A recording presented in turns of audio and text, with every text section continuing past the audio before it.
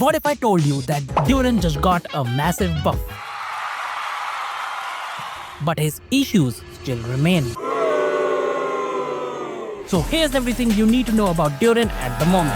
Duran, who is the newest character coming out in patch 6.2 or Luna 3, just got a buff which is a game changer. So let's discuss if this changes anything or not, but before that let's quickly discuss his kit so that we are on the same wavelength, which will help you understand this video better. And with all that being said, let's get right into it. Starting off with the skill which makes him enter a special state, changing his skill into the special skill and normal attack into the special normal attack. Now doing the special skill makes him do a pyro hit on the enemy, gaining 33 flat energy and entering the light state. Next, use the burst to do 3 pyro hits and enable a dot effect which does AoE pyro damage every second. Another playstyle of his is to do the skill to make him enter the special state, follow it up with a normal attack to deal 3 pyro hits, gaining 33 flat energy and entering the dark state. Finally, do his burst to deal 3 pyro hits again and enable a dot effect which does single target pyro damage every 1.25 seconds. As for his passives 1 and 3 combined either provide 35% rest rate upon doing burning, pyro swirls, pyro crystallize or overload while the light state burst is active, or 70% vaporize or melt damage to Duran himself if the dark state burst is active. And the final passive just increases the burst damage by 25% if Duran has 2.5k attack. So in this kit, what basically changed was the second passive, which was an additive base damage bonus, but now it's base damage multiplier. But honestly, no one cares about that. So let's talk about the other change which fixes one of the issues I mentioned in the previous video, and that part is this line in the passive which states, or deal pyro damage or dendro damage to an opponent affected by burning. That opponent's pyro res and the res for the corresponding element involved in the reaction are decreased by 20% for 6 seconds. Now this part in specific fixes the issue with Kinich teams or any other burning team you can think of, because before his res shred would only be active for 6 seconds, beyond which it would expire because burning wouldn't trigger again. But now if you deal pyro or dendro damage while the burning aura is present, you'd still get the res shred and it won't disappear after 6 seconds. Aside from this, there were changes to his talent multipliers, like the first 3 pyro hits of both bursts got their talent multipliers increased and the dot effects of both forms were increased by a bit too. With all that being said, how much of a buff is it actually? Well, to put it in simple percent terms, it's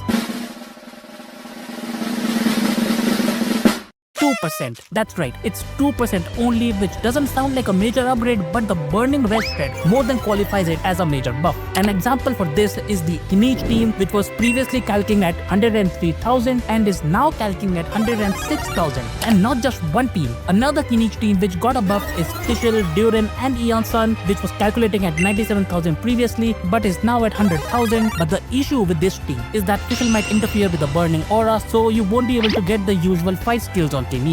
Now if you're truly a fan of Circle Impact, then the team of Kinich, Albedo and Aeon Sun would be perfect, because even though Albedo got a buff which makes him summon a Phantom Isotoma which stays on field and does damage even after the main Isotoma is destroyed, you still gotta make sure the enemy stays inside the circle. Therefore, Circle Impact. Another team which got a buff apparently according to Wamfi is the Veresa team, which now calcs for 120,000 over the previous 109,000. And being honest, this is a major buff and puts Veresa just a few thousand behind Skirk and way over Nefer or Flints. Another new team we got was the Duran Hyper Carrier team, which is a Dark Form Duran team, so that's a plus I guess. But the main point is that it calcs at 121,000, which is absolutely insane. But the main downside to this team is the requirement for C2 Mona, which I feel most people have or can get through the Constellation Selector, and also the fact that playing Duran on field is cringe as fuck in my opinion. Another unit which gets buffed with Duran is Wanderer, whose current best team calcs at around 65,000, while his new best team with Faruzan, Venti and Duran calcs at 75,000.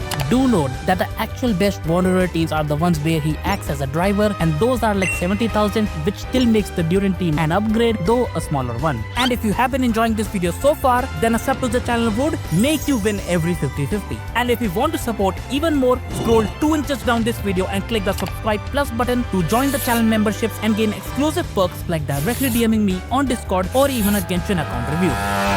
So now that we understand everything about him, there are some major issues, starting off with the most obvious one, which is racism, and that's his kit not working fully when Arcane Resonance isn't active. And speaking of Arcane Resonance, one interesting thing you'll notice is that Durin's Dark Form is pretty much useless outside of 2 or 3 teams. Because you see, Dark Form Durin buffs his own Vaporize and Melt damage, which means you get restricted to teams where he can do those reactions, and those teams are really few and far between, which makes this form almost useless. Case in point, in a team of Neuvillette, Furina, Chilonen and Durin, the team DPS is around 90,000, and this team works because there's ample Hydro for Durin to wait. But to be honest, you'd be better off using Newbie's current best team with Loma and Ineffa, which calcs higher at a DPS of 105,000 than the previously mentioned team. Another team where Dark Form Durin is good in is the Mualani team with Mona and Chilonen, which calcs at around 104,000 and is slightly better than our current best team, but even this team ain't the best one, as the replacing Mona with Albedo and White Form Durin calcs higher than the previously mentioned team. Yet another team where Dark Form Durin works in is the same Chilonen, Albedo and Durin core, with Ryosley acting as a driver for Durin to melt. And this team calcs at the same damage as its current best team with Coffee, which makes it only a side grade. And speaking of side grade, another issue with Durin at the moment is that solo Durin comps are pretty much just side grades to current existing teams, like Kinich, whose current best team once again calcs slightly higher than the team with Durin, so more or less a side grade. Now the reason I am mentioning all this is to highlight the point that Durin is good in off-meta teams. And what do I mean by that? Well, you see, in today's meta picks like Neuvillette or Mauvika, Durin doesn't really do anything besides be a slightly worse side grade. But he's the godsend for off-meta units, especially the magic characters who are getting buffed in the next patch.